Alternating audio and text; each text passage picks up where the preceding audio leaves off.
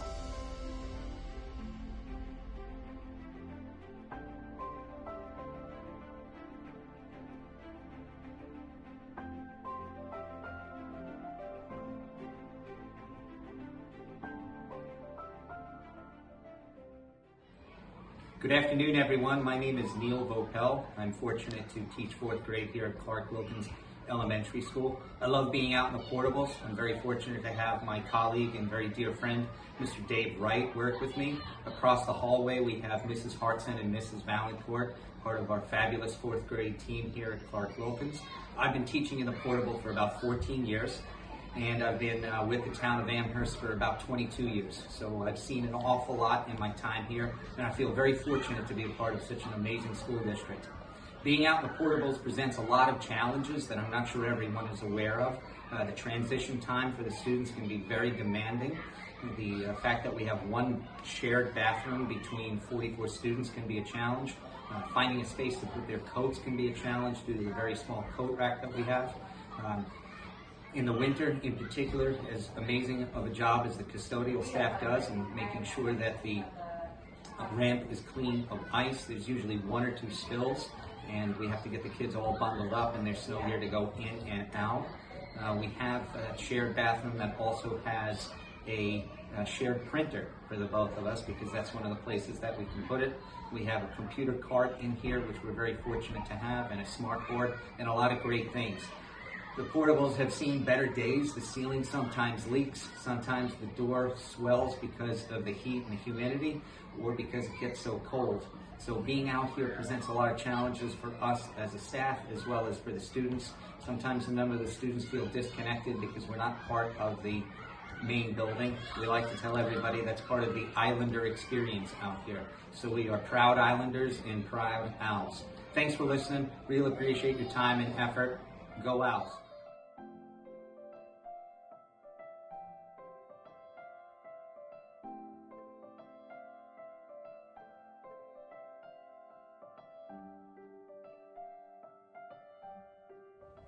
So, hi, I'm Mrs. Polio, the technology teacher at Clark-Wilkins School, and for the past years, we don't have the spacing for me to have the lab that I originally had and was in place, and that has caused me to have to go onto a cart of a class set of devices. I just figured out that it's 17% of my time is spent simply distributing and returning carts in each class. And that isn't even all of it. The fact that I have to take a set of devices from access point to access point through the building slows down that Wi-Fi access and slows down things even further. And, you know, with any kind of Wi-Fi disruption, it exacerbates with the fact that I'm moving from classroom and classroom and access point to access point. So I would say there's a huge chunk of time that should be instructional time for students that is being given over to simply distributing and returning the devices to the carts. Hi, my name is Jessica Hartley, and I'm one of the speech pathologists here at Clark-Wilkins. Here is my beautiful space. It's really not meeting the needs for my students right now. We are making it work because it's what we're given. I actually share a room with 3 other lovely ladies, and so at some points we can have up to probably 12 plus between adults and students in this room, all working at the same time, and that can be very challenging to focus, especially for our students and us, because it's loud in here, and we're doing the best we can, you know, to keep it down, but it's hard because, you know, a lot of our students, they have attentional deficits, maybe they have a hearing impairment, and really we're not really maximizing our time in here because, you know, these are kids that have skills, they're lacking skills that they need to be working on, and they can't focus in this room when there's a lot of other people here. So that's very challenging. You know, I really feel like this room is a revolving door, people in and out of it, especially as a speech pathologist doing evaluations. You know, I'm always constantly being like, all right, so what time can I see this kid? Is it gonna be quiet in here? And sometimes I'm in the hallway trying to find another space. So that's definitely, you know, having a new school with more space, you know, really would maximize our time and what we do here. Thank you. Hello, I'm Mrwarden. I am the music teacher at Clark-Wilkins, although I just really work at Wilkins School right now. I just wanted to let you know when they're talking about the space usage and if the space fits the needs of our students here. I would say the music room itself here at Wilkins is okay, even though it's really a classroom space, and so I can tend to interrupt some other classes or disturb other classes with the noise level in here. But we've made accommodations with who might be next to the music room. So if there's a new building, you know, as long as there's some thoughts about where the music room is. But what would be really great and helpful for all the students in our community is if the music room was actually close to the stage.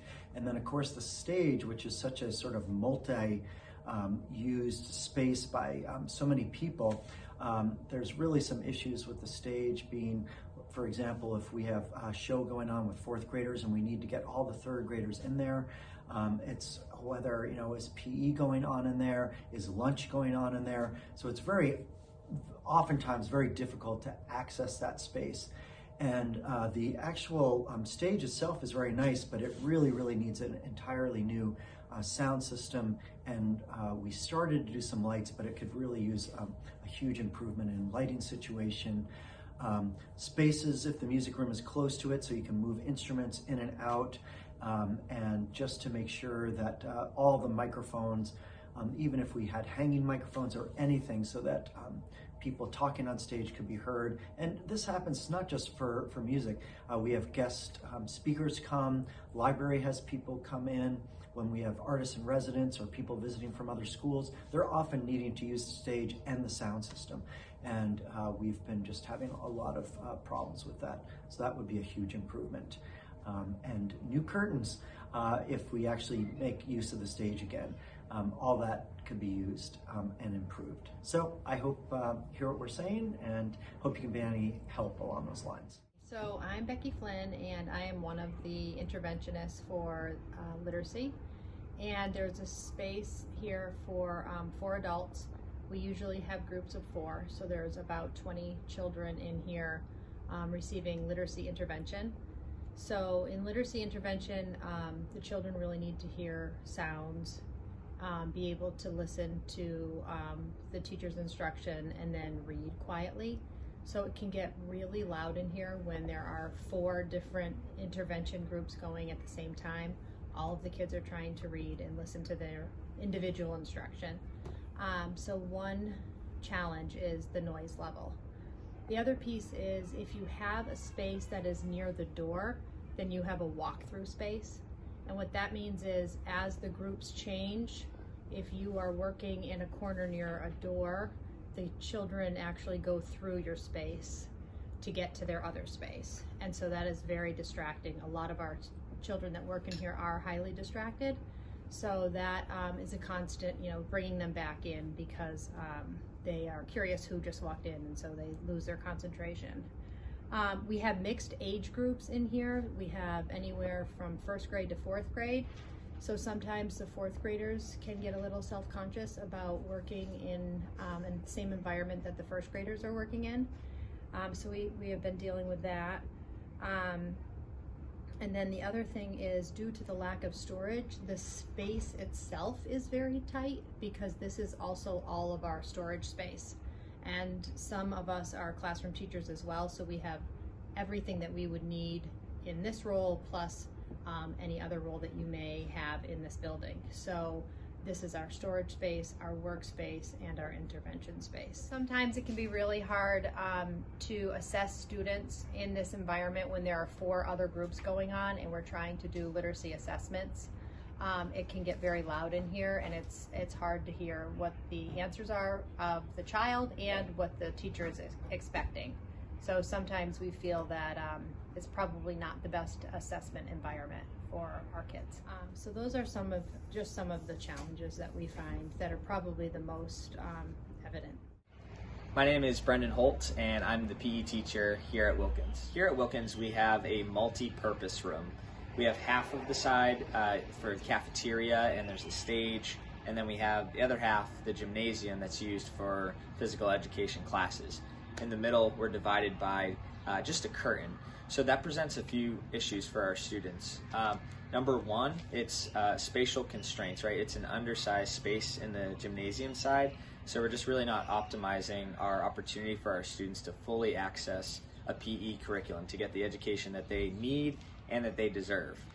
Number two, they have a lot of traffic coming in and out of that cafeteria side when classes are going on, so there's noises being made, there's students coming in, there's adults coming in, they're making food in the cafeteria, so it's just an extra distraction for our students, and it just makes it that much harder to learn what they need to learn.